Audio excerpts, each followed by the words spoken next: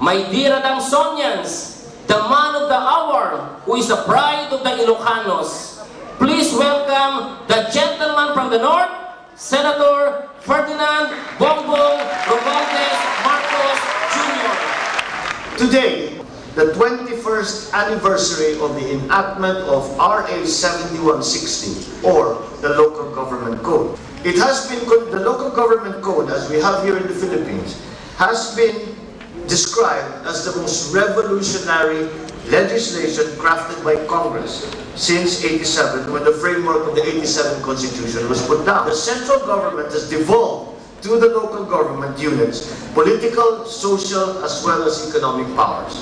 It provides financial wherewithal to the LGUs to help them unlock development opportunities in the countryside. Allow me to mention some features of the Local Government Code, which will provide a bird's-eye view of the importance of this code, which today is being considered the Bible of local government. This is the guide that local government officials, local government administrators look to and follow. And in that way, for example, ang unang-una nilang ginawa ay it devolves to the LGUs the delivery of basic, actual, and direct services. What was done before by the national government, it was very centralized. Ang ginawa ay binaba at dinala yung mga serbisyong yun, yung mga desisyon na yun, ibinaba sa ating mga local government officials. It also, in consonance with that, dahil hindi mo naman maaari, sasabihin mo, may karagdagan kayong function, pero hindi naman natin tutulungan dahil sa pagpondo. And so it significantly increased the financial resources available to local governments by increasing their shares in the internal revenue allotment. Kung pag-aaralan ninyo yung local government code, 40% ng koleksyon ng BIR ay pumupunta sa ating mga local government units. What's a local government unit? A local government unit is a province, a city, a municipality, and a barangay. LGUs get an equitable share of taxes in the utilization and development of the national wealth. It also broadens the taxing and revenue-raising powers of the LGUs. Each LGU is authorized to design and implement its own organizational structure and staffing pattern, taking into consideration its governance and service requirements as well as its financial capability. Ito ay binibigay na nga sa ating mga local government officials ang discretionary power. Because every LGU, no matter if it is a city, if it is a province, if it is a municipality, lahat naman yan ay nakakaiba dun sa kanilang kapwa, municipality, city, or province.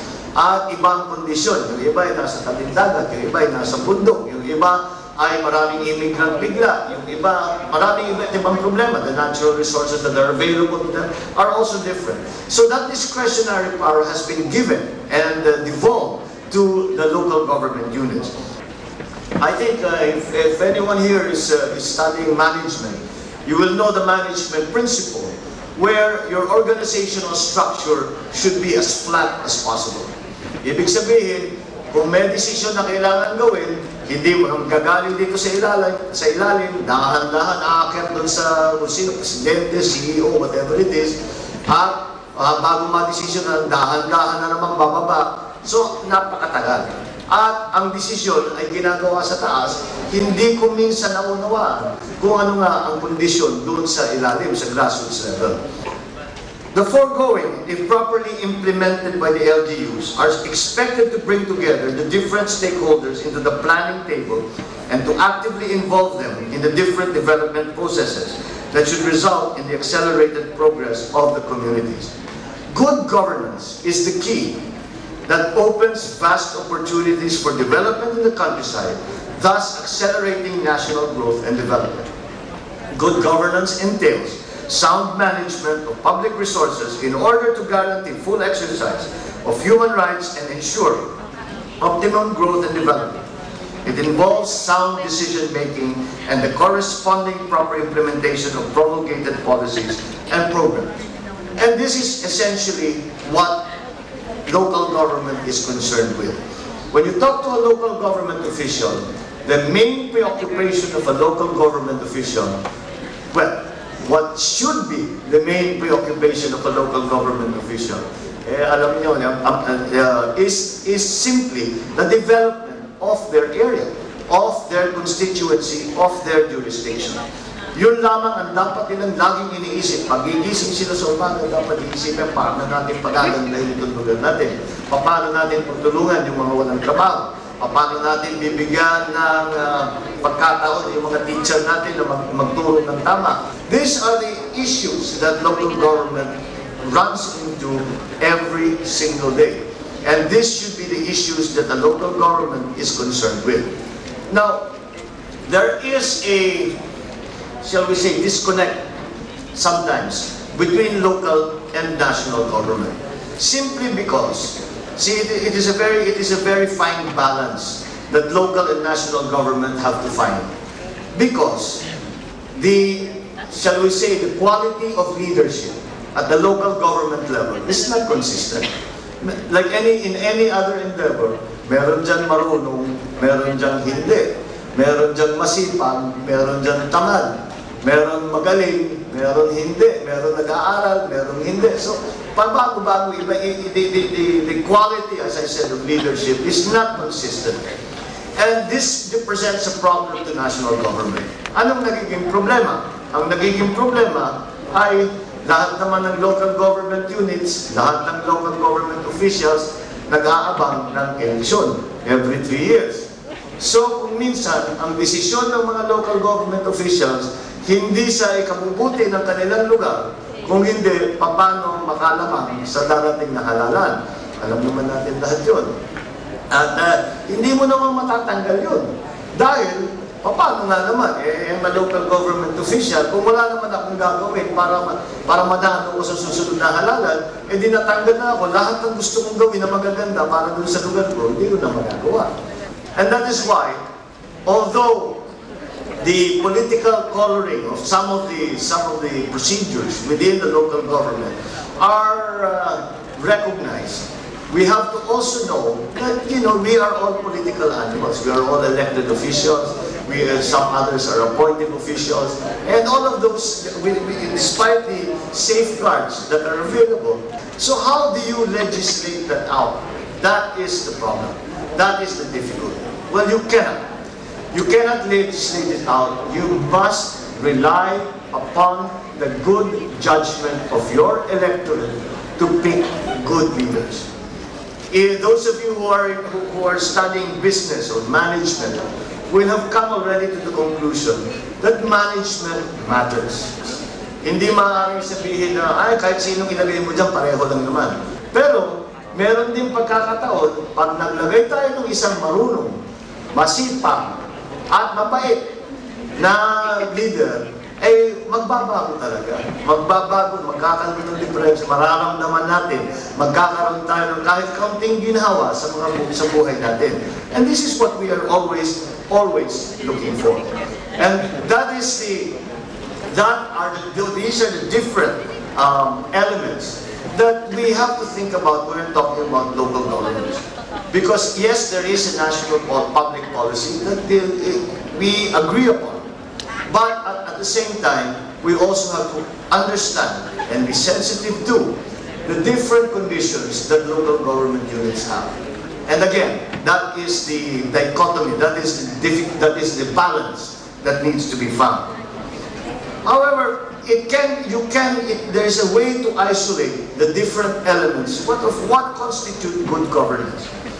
I would just like to introduce to you the idea of maybe the 3 or 4 items that if we include it or we make it part of our principles, that will help in that regard.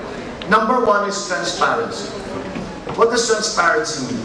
It means the availability of accurate information to the general public and the articulation of government rules and regulations and decisions. It is herein implied that copies of rules and guidelines are readily available. In other words, maliwanag sa taong bayan kung ano ang ginagawa ng ating mga opisyal. Alam nila na sinasabi ng opisyal na meeting kami, pinag-aralan namin, ito sa panibago ang hahabulin natin dito sa lugar natin, agrikultura at saka turismo. Ayan. At ito ang gagawin natin, we have now instituted a budget so that it will be supportive of that goal. But we must also show the people how we are going about our business. And usually, pag sinasabing transparency, unang-una, na yung mga desisyon natin ay nakikita kung paano tayo dumating doon sa mga desisyon na yun. Sino ang nagsabi? Sino ang lumaban para dito? Sino ang lumaban para dito? Bakit nanalo itong argument na ito at ito hindi nasundan? Why? So was the process good or was it corrupted? Was it corrupted by political influences or was it really made on the basis of what will be good for the community? That is what transparency means. Number one, in the decision-making process. Secondly, it is of course in the functions, especially pag pera na pinag-usapan. Kasi kailangan malaman ng lahat ng mga botante kung saan pumupunta ang binabayad nilang pera sa buwis. The second item that I think is important to good governments is what we call accountability. Accountable and responsible governance provides an effective mechanism to address complaints and grievances dwelled against public officials. There are two kinds of sanction to public officials. First, there are the legal remedies covering all local officials, whether elected or appointed, provided for under these laws. RA 7160, the Local Government Code, RA 3019, known as the Anti-Graft and Corrupt Practices Act, and RA 6713, Conduct and Ethical Standards for Public Officials and Employees. So lahat ng empleyado, lahat ng tao na nasa gobyerno, applicable yung mga batas na yan. Second, there are political remedies which cover only elected officials. Only elected officials. People can directly punish erring local executive officials through the processes outlined in the Local Government Code. In this process of recall, the code requires that at least 25% of the registered voters of an LGU can validly initiate recall proceedings against an incumbent official for lack of confidence. Recall proceedings could be initiated 1 year after the election or 1 year prior to the national election. So may pamamaraan, there are processes by which you as ordinary citizens can remove an officer, an elected official from his position if you feel, if the entire voting population of that constituency has lost confidence in that leader. The third item, which I think is very important, is participation. The principle of participation is anchored in the basic fact that people are the very heart of the nation's development. They are not only the ultimate beneficiaries of progress, but are also the agents of innovation and advancement in the society through their active involvement in the policy and decision-making process. So this is the challenge that we have before us, to take part in this Herculean task of helping build a responsive local government structure. Whether you will seek a career in the private sector or in government, you have a very important stake in local governance within the framework of nation building. As God-fearing and as God-loving citizens and as future private sector leaders, or perhaps even participants in nation building in your respective government careers, this is a challenge that I put before you. This is the challenge your country puts before you. Makialam na kayo, kailangan na namin ang tulong ninyo. Maraming salamat at magandang